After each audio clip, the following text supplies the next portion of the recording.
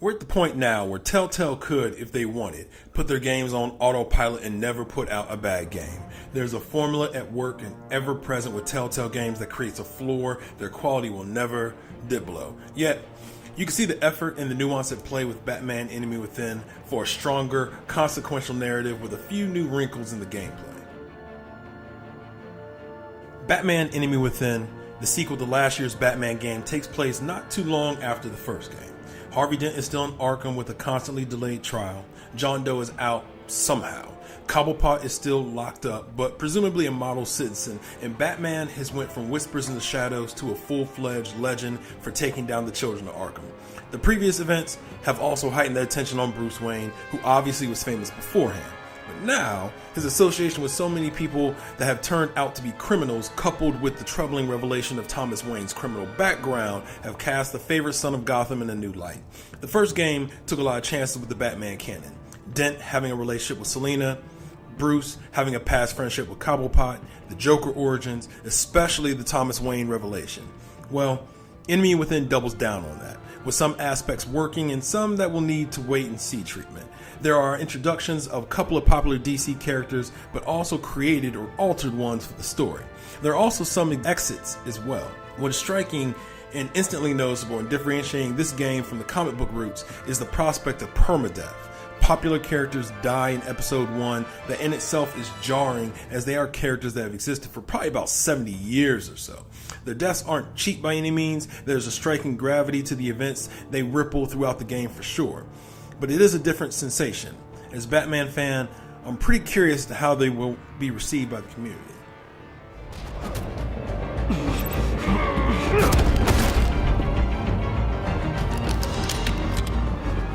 As advertised, the Riddler is the main protagonist of episode 1, entitled Enigma. But as predicted, he is just the tip of the iceberg. In this version of Batman, the Riddler is an aged villain that was active back when Thomas Wayne ran things, but left the city for unknown reasons. His disappearance and reemergence in Gotham is a mystery, but hopefully something that gets fleshed out more as the story moves forward.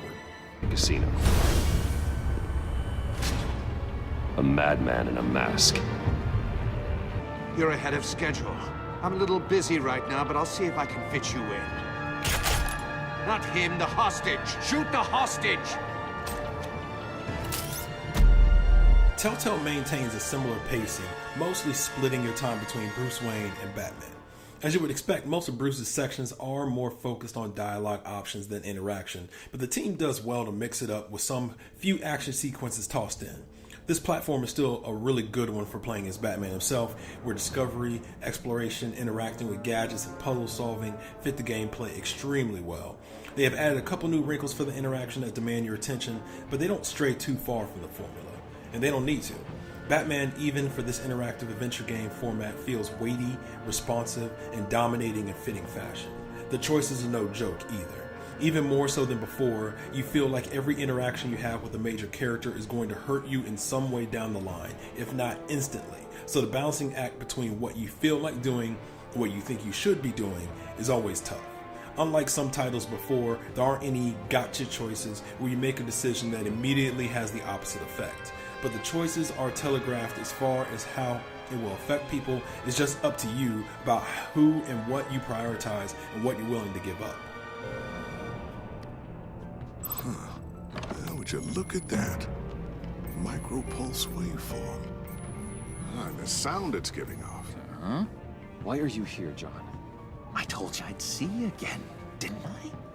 You and me, we're two threads in the same stitch. Look. It's stuck! No way to open it from the inside. Then how do we get out? Those aren't getting signals. Clever son of a bitch. Even with all these games under their belt, Batman feels as natural as anything they do, save maybe the Walking Dead franchise. What hurt the Game of Thrones season, the aspect of knowing the fate of certain popular characters, Batman has bucked that weight of a licensed property and thrown caution to the wind. The jury is still out on if that will work out in the long run, but for episode 1, it maintains an intensity and tension with very real stakes that you'll want to keep playing.